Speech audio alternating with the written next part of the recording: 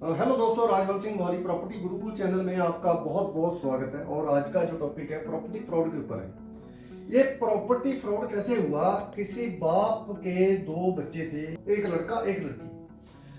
Father ने will करके अपनी प्रॉपर्टी अपने बेटे के नाम पे करवाई, विल की हुई है, और उसमें डॉटर को छोड़ दिया।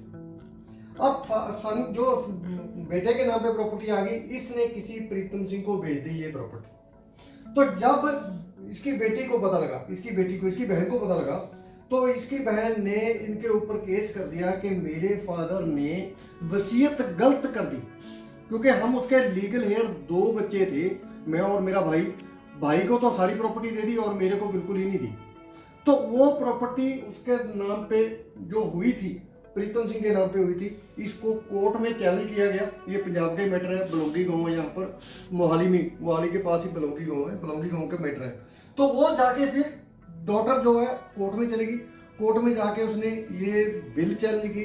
विल चैलेंज होने के बाद उसकी जो रजिस्ट्री है वो कैंसिल होगी प्रीतम सिंह की। तो प्रीतम सिंह के साथ फ्रॉड हो गया। अब प्रीतम सिंह के साथ तो फ्रॉड हुआ। अब ये समझ नहीं आया कि सन की जो बेटा है उसका, बेटे की इंटेंशन मेलाफाइड रही है या उसकी बहन की इंटेंशन मेलाफाइड रही है। लेकिन हुआ तो ये है कि प्रीतम सिंह को सीधे तौर पर लॉस हुआ। प्रीतम सिंह को अब प्रॉपर्टी दोबारा मिलती है नहीं मिलती, वो क्या बनता है क्या नहीं बनता, एक बार पल्ले से पैसा भी लग गया और ऊपर से टेंशनें कितनी होगी, क्योंकि अब केस भी लड़ना पड़ेगा उसको। ये केस लड़ेगा तो बेटी को किस तरीके से सेटिस्फाई किया जा सकता है, किस तरीके से नहीं।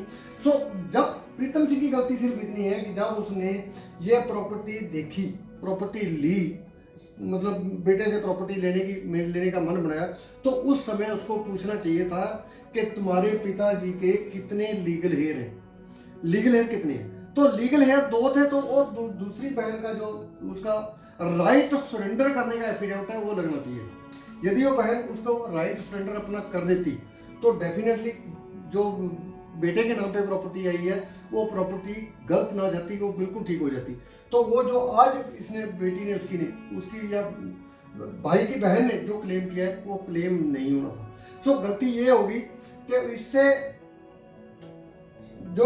लेना था सरेंडर करने का, हक सरेंडर करने का, राइट अपने सरेंडर करने का एफिडेविट लेना था, वो नहीं लिया गया। और नहीं लिया गया तो बेटे ने जो प्रॉपर्टी प्रीतम सिंह को बेची है वो प्रीतम सिंह के गले में फांस बन गई हो, क्योंकि प्रीतम सिंह के पैसे भी चले गए और प्रॉपर्टी भी चैलेंज हो गई है, प्रॉपर्टी की रजिस्ट्री भी उसकी कैंसिल हो गई है। तो इस तरीके से कोई आपके पास केस आता है तो बचना है। तो सारी एक एक चीज की इंफॉर्मेशन लेनी जरूरी है। यदि ये अपने प्रीतम सिंह बेटे से ये सवाल कर लेता कि तुम्हारे पिता के लीगल हेयर कितने हैं, उनकी लिस्ट दे दो, या उससे प्रॉपर्टी लेने से पहले बहन को मिल लेता कि आपको कोई इतराज तो नहीं, या इसका कोई एफिडेविट मांग लेता कि आप बहन से अपनी से कोई नो ऑब्जेक्शन सर्टिफिकेट ले लो, तो इसके साथ फ्रॉड नहीं होता। सो इस तरीके के फ्रॉड होते हैं दोस्तों, आपने बचना है।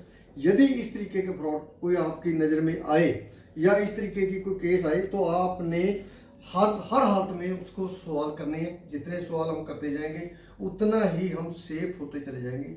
आज के लिए इतने। वीडियो अच्छी लगे लाइक करना, शेयर करना, उसके ऊपर चर्चा करना। बहुत जल्द नए टॉपिक के साथ आपके सामने होगा। Thank you very much.